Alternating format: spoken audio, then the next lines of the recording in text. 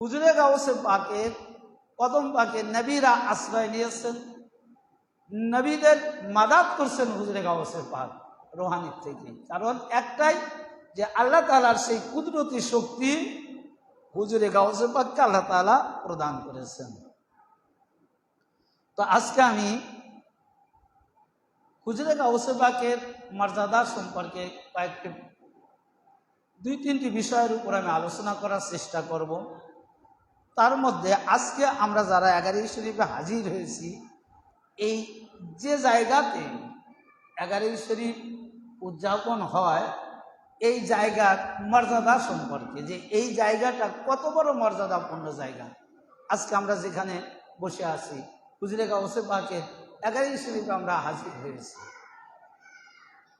আমি সেই ব্যাপারে আলোচনা করব। তাহলে আপনারা বুঝতে পারবেন যে হুজুরে গাউসে পাকের এই এগারোই শরীফ পালন করাটা আমাদের জন্য, আমরা যে করতে পারছি, এটা আমাদের জন্য কত বড় ফজিলতপূর্ণ কাজ। তো হুজুরে গাউসে পাকের যে কামরায় এগারোই শরীফ হয়, সেই জায়গার মর্যাদা সম্পর্কে আজকে আমি বলার চেষ্টা করব। সেটা হলো এই, যে ভারতবর্ষের সর্ববিখ্যাত একজন মুহাদ্দিস, যার নাম হচ্ছে শাহ ওলিউল্লাহ মুহাদ্দিস দেহলভী। তার একটি কিতাব, এই কিতাবের নাম হচ্ছে কালিমা তাইয়্যিবা। এটা ফার্সিতে লেখা। এটা বিশেষ করে এই কিতাবটা যে কোনো লাইব্রেরিতে পাওয়া যায় না, কিন্তু আমাদের দরবার পাকে আছে।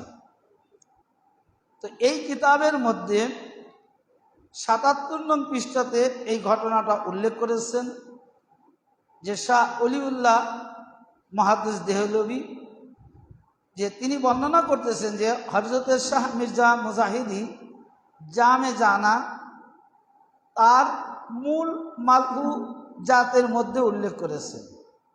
অর্থাৎ শাহ ওলিউল্লাহ মুহাদ্দিস কোন কিতাব থেকে নিয়েছেন এই ঘটনাটা, যে হযরতে শাহ মির্জা ইনিও একজন আল্লাহর জবরদস্তি ওলি, তিনি এই ঘটনাটা বর্ণনা করেছেন।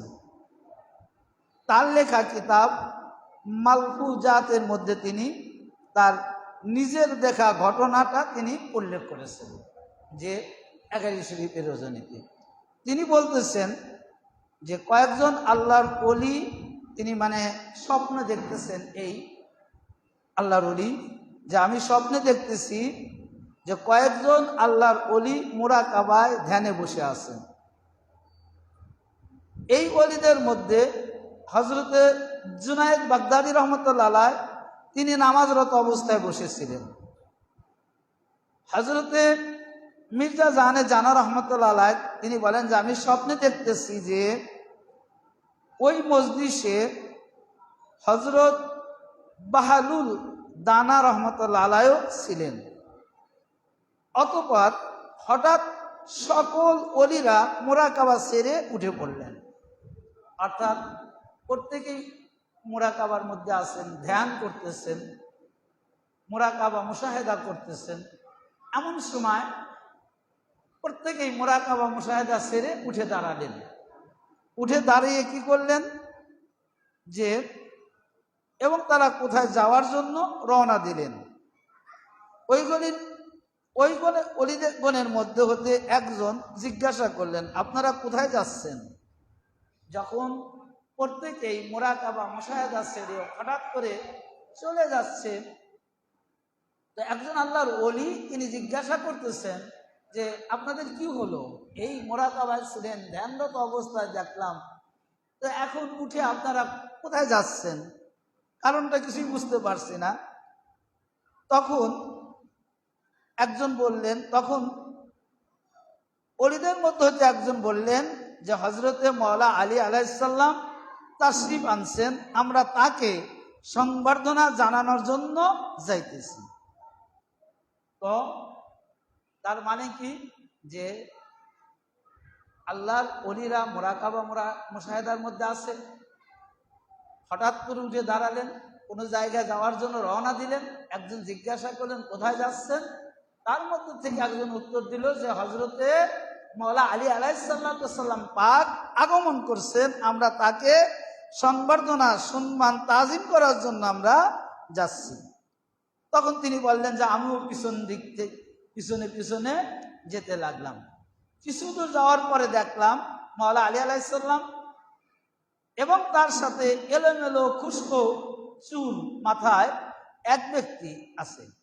যে মাওলা আলী আলাইহিসসালাম তো আছেন, তার সাথে একজন এলোমেলো চুল, চুলের কোনো গুছানো নেই, মানে বাবরি এলোমেলো। তখন তিনি বললেন, প্রশ্ন করলেন যে উনি কে? উত্তরে বলা হলো উনি হচ্ছেন হযরতে ওয়াইস কুরুনি রাদিয়াল্লাহু তাআলা আন। অর্থাৎ মাওলা আলী আলাইহিস সালাম এবং হযরতে ওয়াইস কুরুনি রাদিয়াল্লাহু তাআলা আনহু তিনি আছেন। এবং প্রত্যেক ওলিরা কি করলো, তাদেরকে তাজিম করলেন, সম্মান করলেন, সেজদা করলেন, ভক্তি করলেন এবং মাওলা আলী আলাইহিস সালাম সহ সামনের দিকে আগাইতে লাগলেন। আমরাও পিছনে তাজিমের সাথে তাদের সাথে যেতে লাগলাম। অতবার দেখতে পারলাম সামনে একটা নূরের একটি ঘর, নূরের ঘর, ঘরটা এত সুন্দর, আলোক উজ্জ্বল নূরের ঘর। এবং ওই নূরের ঘরের মধ্যে মাওলা আলী এবং হযরত ওয়াইস কুরুনি প্রবেশ করলেন। এবং আল্লাহর ওলিরা বলতেছেন যে আমরাও কি করলাম, তাজিমের সাথে ওই ঘরে প্রবেশ করলাম। দেখেন এই ঘরের যে অবস্থাটা ছিল, এই ঘরটা নূরের তৈরি এবং চতুর্দিকে নূর চুমকাচ্ছিল। ঘরের চতুর্দিকে নূর চুমকাচ্ছে, নূর দ্বারা ভরপুর। এবং আসমান থেকে ওই ঘরের উপর নূরের আলো তীর্যকভাবে পড়ছে। তো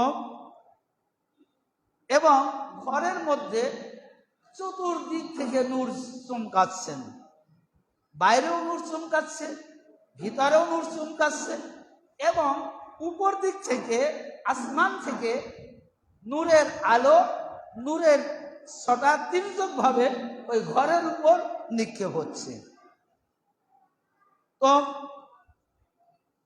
অতঃপর মাওলা আলী আলাইহিস সালাম ওই ঘরে প্রবেশ করলেন এবং ওয়াইস কুরুনি। তো প্রশ্ন করলো একজন ওলি যে আজকে কেন আসলেন? আমরা তো এর আগেও মুরাকাবা করেছি, মুশাহেদা করেছি, তো কোনোদিন তো এইরকম ঘটনা দেখিনি, তো আজকে হঠাৎ মাওলা আলী আলাইহিস সালামের আগমনের কারণটা কি, বা এই ঘরে?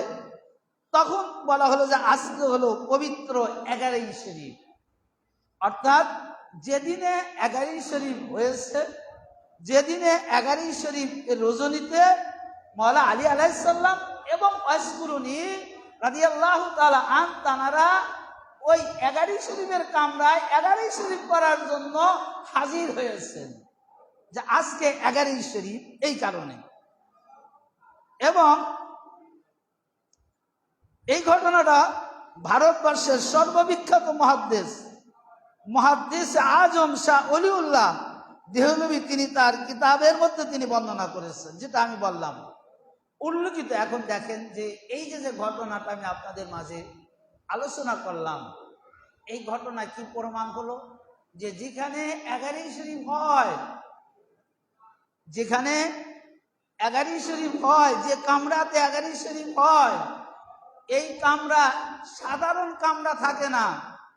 এই কামরা দুনিয়ার কোনো কামরার সাথে এক হয় না, এই কামরার মর্যাদা আলাদা হয়ে যায়।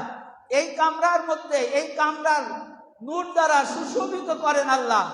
এই যে কামরায় 11ই শরীফ হয়, ওই কামরার মধ্যে আল্লাহ তাআলা আল্লাহর নূর কি করেন, ওই কামরার মধ্যে বর্ষণ করেন, নাজিল করেন এবং নূরের আলো দ্বারা ওই কামরা নূরান্বিত হয়ে যায়। এবং প্রত্যেকটা 11ই শরীফ রজনীতে সেই সকল কামরার মধ্যে মাওলা আলী এবং মাওলা আলী আলাইহিস সালাম ওই 11ই শরীফ কামরায় স্বয়ং তিনি উপস্থিত হন। অর্থাৎ যে 11 শরীফ পালন হয় যে ঘরে, সেই ঘরে মওলা আলী আলাইহিস সালাম উপস্থিত থাকে। যে ঘরে 11 শরীফ পালন হয় ওই ঘরে আসমান হতে নূর আসে।